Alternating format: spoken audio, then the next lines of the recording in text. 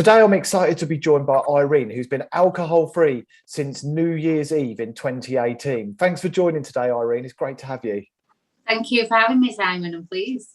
I'm sure everyone would love to know more about what led you to start questioning your relationship with alcohol and find out a bit about how you actually quit and what happened afterwards. So maybe we could start with what life was like when you were drinking and what got you to a point where you started actually questioning that relationship. I'm 45 now, so I didn't particularly start drinking until I was 18, really, and even that was just a Friday night, a couple of drinks, and that was it till the following week.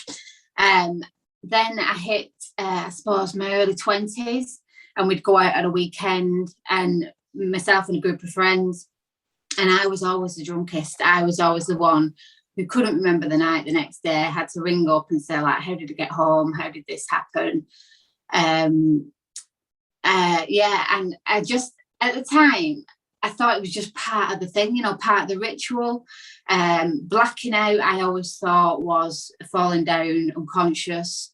Didn't realise that blacking out, I probably did every Friday and Saturday night. Just through, I'd miss hours of the night. And I suppose at that time, it didn't really bother me. I was young, I didn't have any children. It was just what we did. I joined the police at 23, and then we worked hard and played hard. I was part of a young shift. We worked in the city centre of Manchester.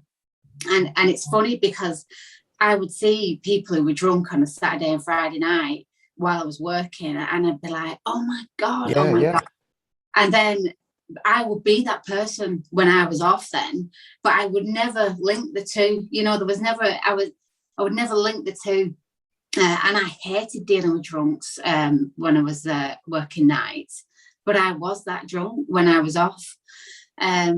So even then, it was in the back of my mind, I drink too much. I didn't have a stop button. I didn't switch off. If there was somewhere to go, I would be going to that place. It could carry on. And there was some place in Manchester, and it was a right dingy little place.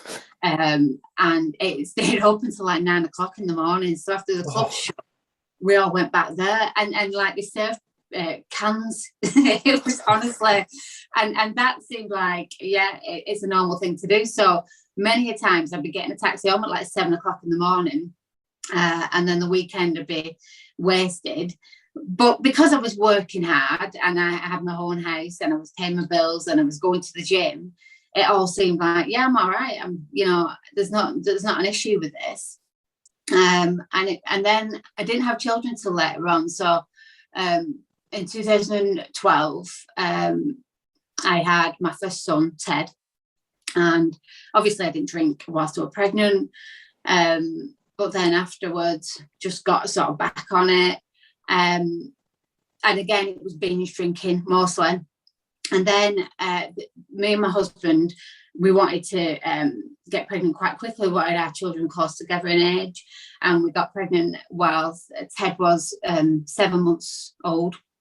And the following year, in 2013, in November, I was 27 weeks pregnant and went into labour. And during the labour, there was like loads of consultants and everything. I knew I was having another boy, and they said, he's on his way, he's going to be very poorly. And I thought, that's fine, we can handle that. We've got some strong support network. And during the labour, he stopped breathing. And the consultant came over to tell me that he hadn't made it, and I had to continue with the labour, knowing that he wouldn't be alive. And I suppose at that time, my drinking then took a different kind of meaning. I came home without a baby. I had a 14-month-old then who sort of wanted his mummy, wouldn't understand what was going on, and nor should he. And to get through the day, I started like focusing on the positives. But come 7 o'clock, when Ted was in bed, I would open a bottle of wine. And it got to the stage where I was having a bottle of wine a night. And I was no longer going out drinking because I didn't really want to socialise. I felt like I was grieving, but I wasn't grieving. Yeah, I was going to say you probably didn't fully grieve it. No. And it wasn't until after I stopped drinking that I realised that like, to get through grief, you need to get through each stage, and you need to feel it. And Absolutely. I was numbing it. I was delaying it, basically. Yeah. So I got pregnant again quite quickly, and we had our third son, Albie, and then I got postnatal depression, and I think it was grief and all my hormones. I've been pregnant 3 times in 3 years. You so probably had that grief kind of locked in you, and it just didn't go anywhere. No, because I just numbed it with the wine, basically. So I no longer binge drunk. I just constantly drank, basically, at night time. Yeah. But I was still on social media. I was acing it as this mom who had it all in control. I was going to the gym, I was working, but then everything was just sort of in a haze. That's how it felt. And it's around this time that I was questioning more so, am I an alcoholic, basically? That's what I Google quite often. And then I'd find somebody else who would get drunker than me or drink more than me, and I'd think, oh, there you go, I'm all right. She like I used to do that, yeah. So and then when the lads were 4 and 2, I got diagnosed with a brain tumour, and at the time I was quite annoyed because I thought, I've proven to people and to everybody how strong I can be, and now you've sent me this. So like I do believe everything happens for a reason, and I believe in like the universe. So whatever you believe in, God, the universe. And I thought, why have you sent me this another test? And then I thought, right, I need to stop drinking. This is sort of serious, basically. And I didn't want, I had to have brain surgery, and I had that in March 2019. And I didn't want the surgeons to sort of open up my skull and think, oh my God, it's pickled in vodka. So I had 6 months before the operation. I knew we were having the operation, and I just thought, right, it's now or never. So I bought I didn't buy loads of books. I listened on audio. That's what I do. Yeah. Loads of Quit Lit. And I feel like I'd done my work before I decided the day I was going to quit. So my husband ran nights on New Year's Eve, and at 10 o'clock I had my last glass of wine, and I knew it was going to be my last glass of wine. I just downed it. I didn't enjoy it. It was like, that's it. I didn't tell anybody for about 2 weeks. And then once I got through the 2 weeks, I thought, I'm doing this, and it's not as I expected it. And I think, did you talk to your husband at this point? I hadn't told my husband until about 2 weeks in. So when you had that last glass of wine, he didn't know? No, he was at work, so he would have been oblivious. And the thing is, my husband Adam, he's not a particularly big drinker. He doesn't drink in the house or anything. And I think he just accepted that was the norm. He'd get himself a bottle of Coke, I'd get myself a bottle of wine. But saying that now, he tells me stories now that I think, oh my God, I was terrible. But he never said it at the time. Like going out on nights out, he'd always stay sober if we were going out on a night out, because he knew I would be the drunkest one in the group of people.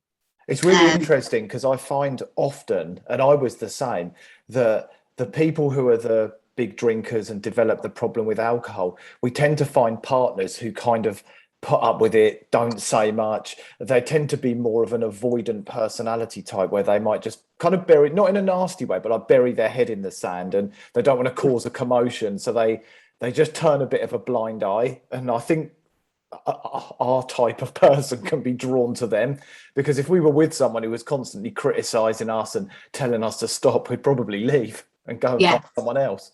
And if Adam had said to me, you need to cut down or anything like that, it would have been an option of leaving, but I probably would have doubled my intake just to just to prove a point. I stopped on 31st of December.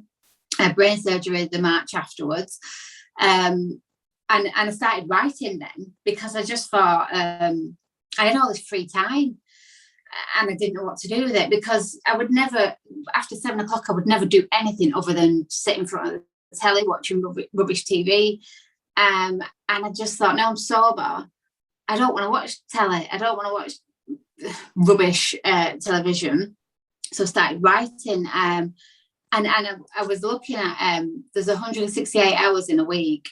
And if you work 40 of those and you ideally sleep 56, that leaves 72 hours. And you think, wow, that's a lot of time to just waste sat having a drink the telly. And it's also thinking about drinking as well, the time you spend doing that. Yeah. And that's the thing. Once I gave up, I just, in my head, I had freed up so much space in my head. Like bandwidth. I on nights out, I'd be thinking, could I have another shot? Is Adam going to pull his face if I have another shot? Am I the drunkest person in here? And then the next day, what did I do last night? So it was 24/7 thinking about alcohol and don't get another drink today, don't get another drink today. And then I'm away on from work, stop at the shop, and I've been thinking, no, I'm not getting wine. I walk past the wine, pick up a bottle, put it in my basket. And then 3 o'clock in the morning, beat myself up about it. Right, I'm not doing it again. And it just be the same thing day in, day out. Yeah, just a cycle. Sounds so familiar to my own story. Yeah. Yeah. So you started writing. Tell me more about that. Oh, yeah. So I started writing. And the thing is, I definitely somebody who tries to focus on the positives in life, and not in a cheesy way, because stuff does happen, as I've experienced, but it doesn't have to send you under. So I started writing about, I call my lads the stinks, because I always expected I'd have girls. For some reason, I always thought I'd have girls. And when I got these boys, I thought, oh my God, what am I supposed to do with these? So I started writing the stinky stories, and, just putting posts on Facebook and Instagram, and then it sort of went round to blogs, and I discovered that I actually liked writing. I was rubbish at English at school. I can't spell, still can't spell. So I just started writing like things that had happened, and it felt like therapy without the cost. Yeah. It was really cathartic. So true. Yeah, and just putting everything on paper, it felt like I emptied it out of my head. I could put it in some sort of order. I rationalised some bits, when I'd read it back, I think that's ridiculous. I don't even know why I'm thinking that. So I ended up writing and then self-publishing, and I've self-published 2 books so far. Amazing. And just because I've got all this time.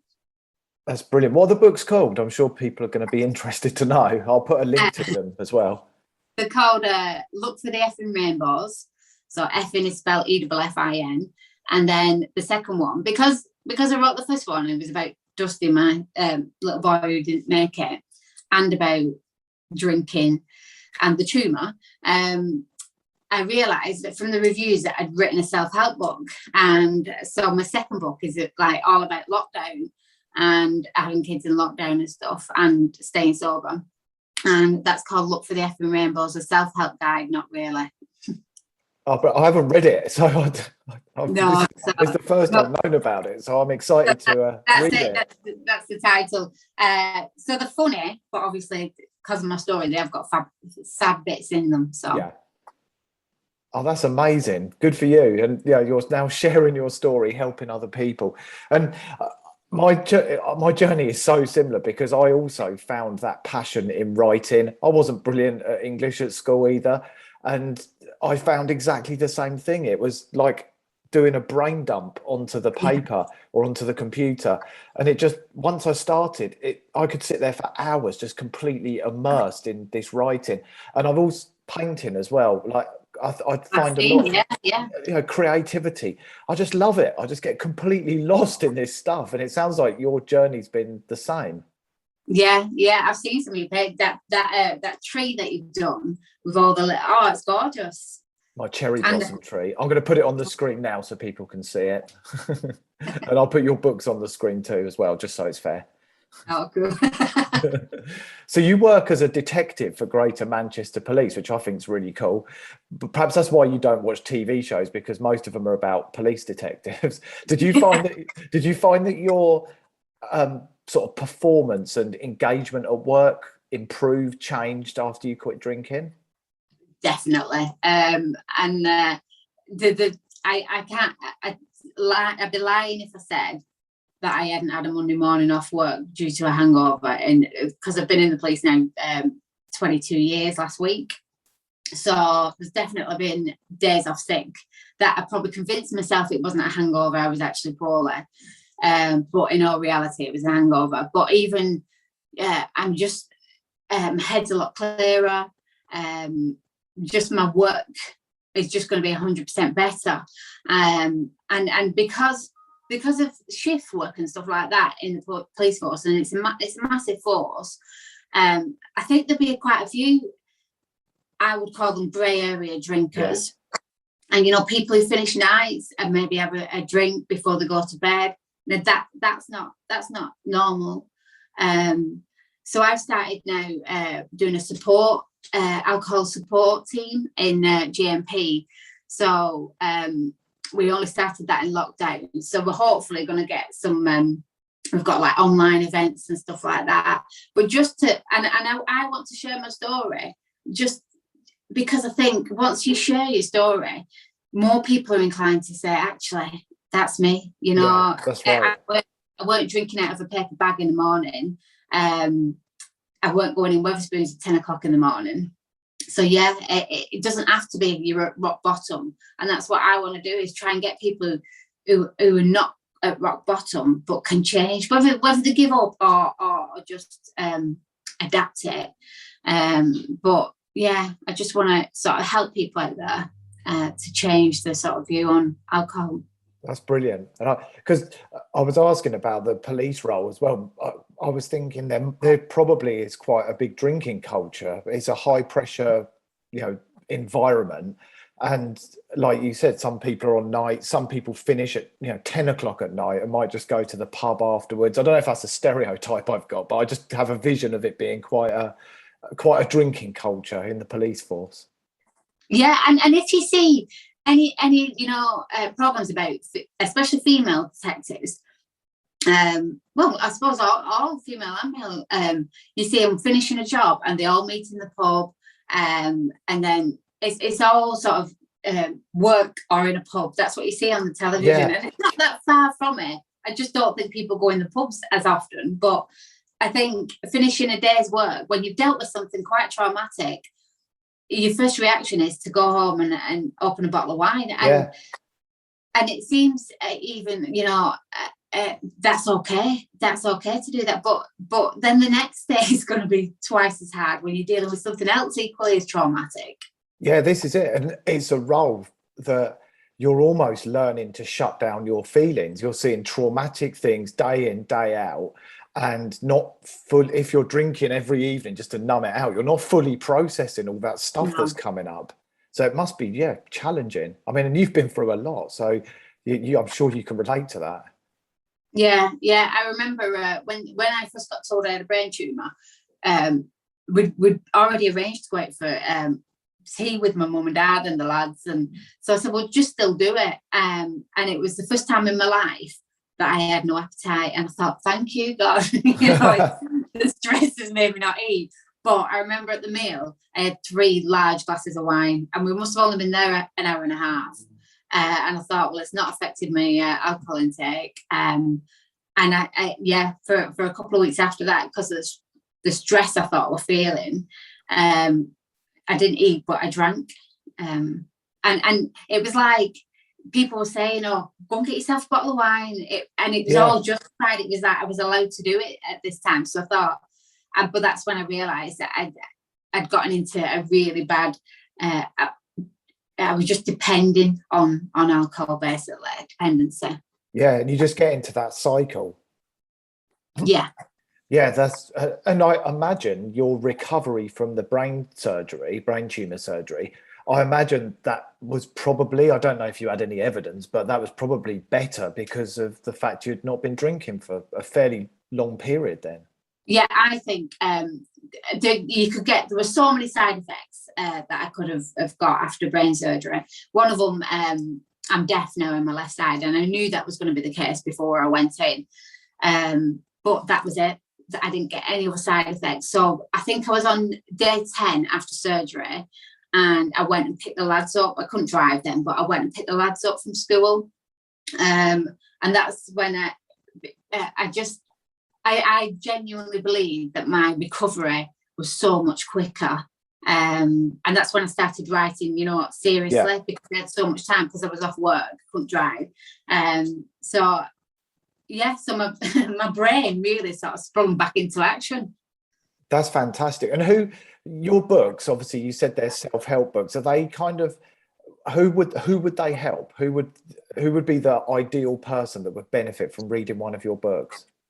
I suppose it's generally females who read my books, because I talk about being a mum and it's hard, and the fact that you see loads of memes everywhere, mums do, saying mum, it's wine o'clock for mums, gin o'clock time, and I just think we get it in our faces, and we can justify it to ourselves.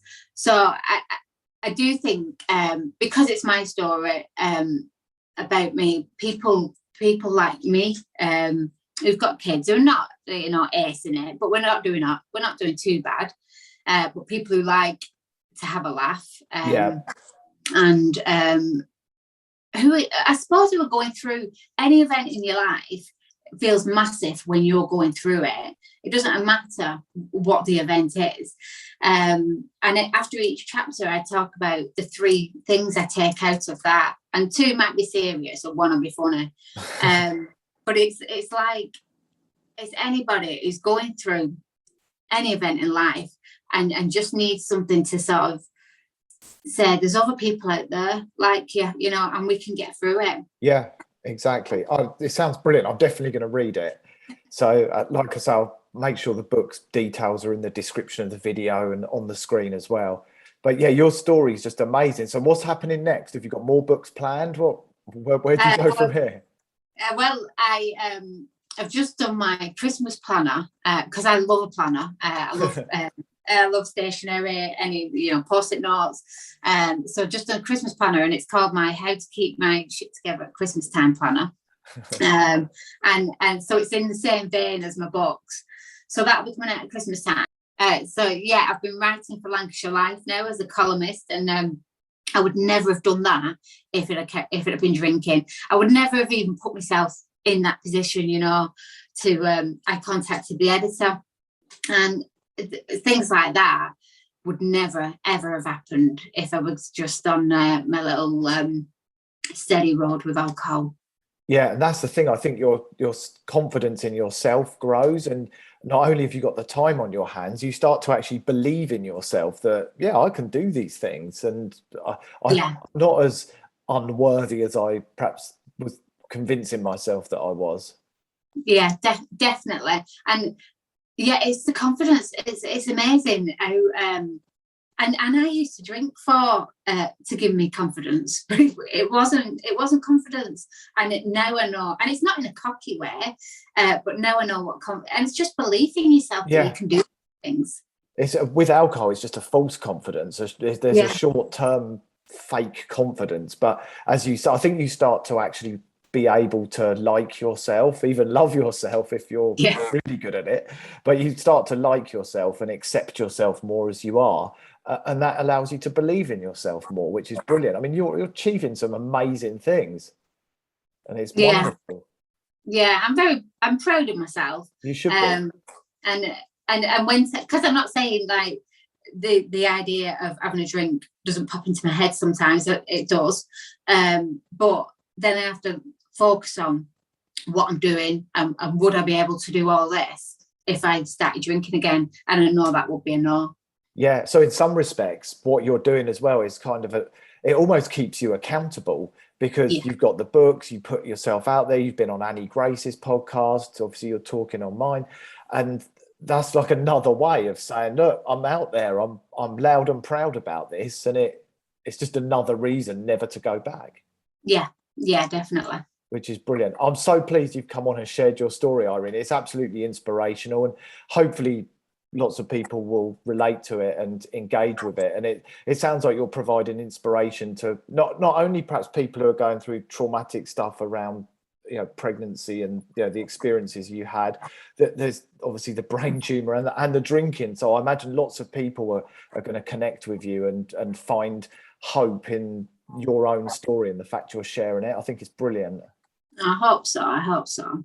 Thanks so much for coming on. And have you got a website or social media? Because I'll put that on the screen as well. I have. I've got www.lookforrainbows.com. That's my website. And my Instagram, I'm on all social media, but I prefer Instagram, is Irene Wignall and the Stinks. Brilliant. All right, I'll put it on the screen as well, so people can follow you and check out what you're doing. But thank you again. It's been fantastic talking to you. Thank you for having me, Simon. I've loved it. Thanks.